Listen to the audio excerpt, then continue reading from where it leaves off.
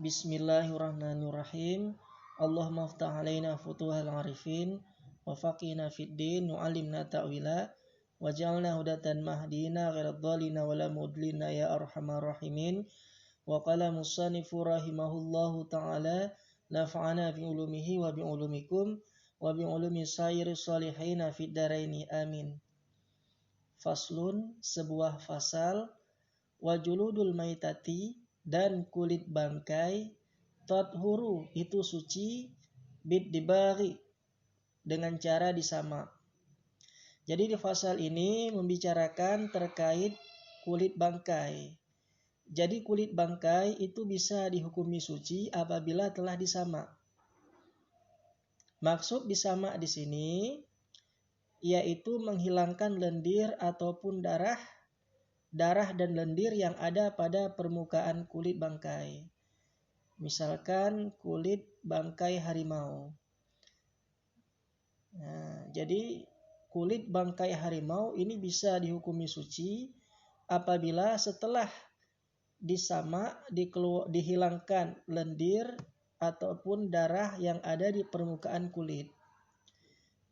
Cara menghilangkannya yaitu digosok dengan benda yang permukaannya kasar. Misalkan batu yang permukaannya itu kasar, sehingga ketika digosok di permukaan kulit, maka lendir dan darah itu akan hilang. Jadi kulit hewan yang sudah mati, seperti kulit harimau, kulit buaya, kulit ular, itu bisa dihukumi suci apabila telah dihilangkan lendir dan darah yang ada pada permukaan kulit. Biasanya kulit-kulit itu menjadi bahan utama untuk pembuatan sepatu, sendal, tas, dompet. Jadi baru boleh dia digunakan untuk menjadi bahan utama dalam pembuatan pakaian tersebut, yaitu harus dengan cara disamak dulu, dihilangkan lendir dan darah yang ada pada permukaan kulit. Illa, kecuali jildal kalbi wal khinziri. Jadi ada pengecualiannya.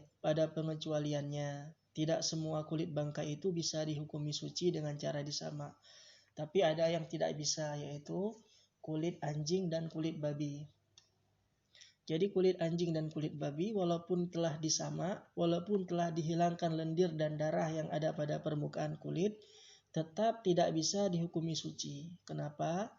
Karena kulit anjing dan kulit babi memang zatnya itu memang diri kulit itu sendiri dihukumi najis.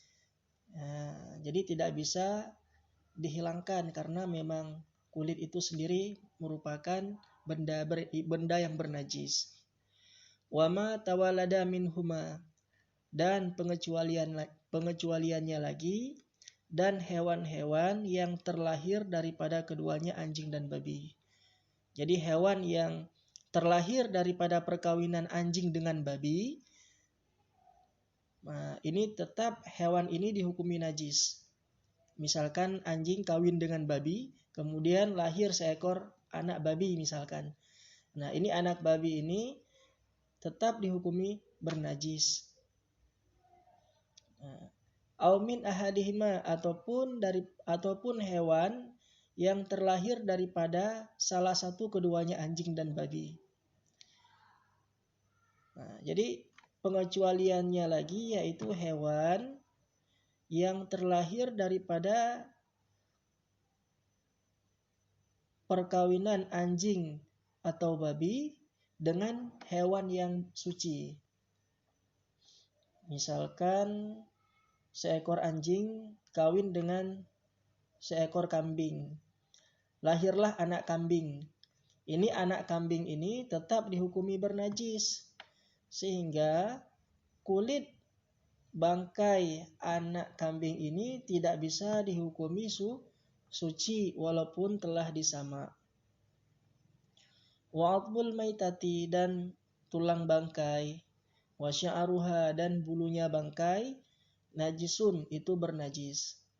Jadi setiap tulang bangkai hewan dan bulu bangkai itu dihukumi najis.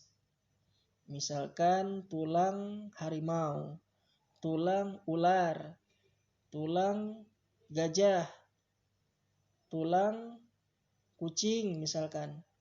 Begitu juga dengan bulu-bulunya. Nah, itu dihukumi najis, dihukumi bernajis. Maka benda-benda itu ketika dihukumi bernajis tidak boleh dipakai, tidak boleh dibawa ketika melaksanakan sholat. Nah, karena salah satu syarat agar sholat kita sah adalah tidak memegang benda-benda yang bernajis ataupun tidak membawa benda yang bernajis. Ilal adamiyah, kecuali mayat manusia. Jadi mayat manusia ini dihukumi suci. Mayat manusia dihukumi suci. Nah, jadi manusia ini dihukumi suci walaupun dia sudah meninggal. Sehingga apabila seandainya ada orang yang sedang sholat, dia menggendong anak bayi yang sudah meninggal. Nah, dia menggendong anak bayi yang sudah meninggal di punggungnya. Maka sholatnya dihukumi sah. Kenapa? Karena mayat manusia itu dihukumi suci.